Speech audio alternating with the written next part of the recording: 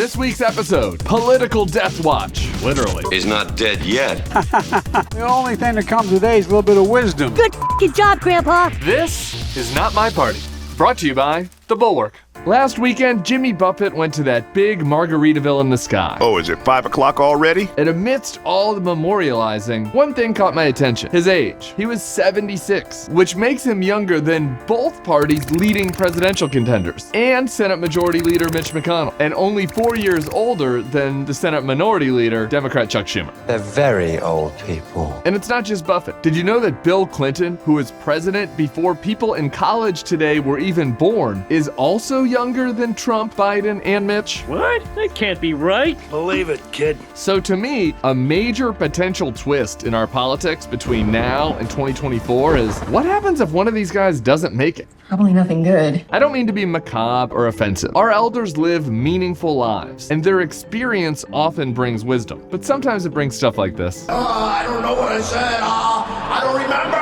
Cringeworthy. But we have to live in reality here. Look at what just happened to Mitch McConnell at a press conference for the second time last week.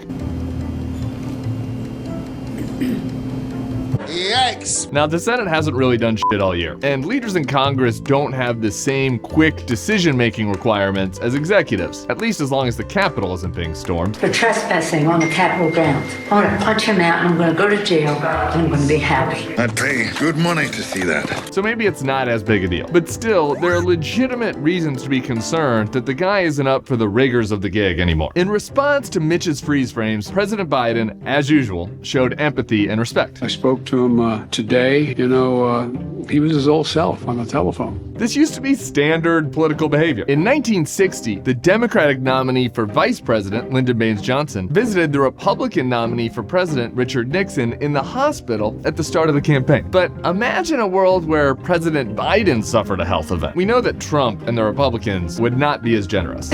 Yeah, no. And on the other hand, if Tubbleard Trump keeled over, well, maybe that'd be the one thing that would actually break the damn spell that he's had over his party's voters. Or maybe they just nominate him from the grave. I wouldn't put it past them. But for me, concerns about Biden are more acute, and here's why. If, God forbid, he has a Mitch moment, or something like it, there would be good reason for some voters to wonder what 4 more years would look like. A new poll shows that already 77% of Americans think he's too old for a second term, which includes a lot of Democrats. He is too old. So I don't really love having one slip and fall or one stroke stand between us and a democracy-threatening Trump presidency. It would be one thing if the GOP were about to nominate Nikki Haley and the stakes of this race weren't quite as high. But they are. That's depressing. And right now, we're doing a high-wire act trying to keep a criminal lunatic from returning to the White House. I'd be more comfortable if it seemed like the Democrats and Biden himself were preparing a plan B, a contingency, in case something happened. But I'm not seeing it. So instead, we're left with this. Oh.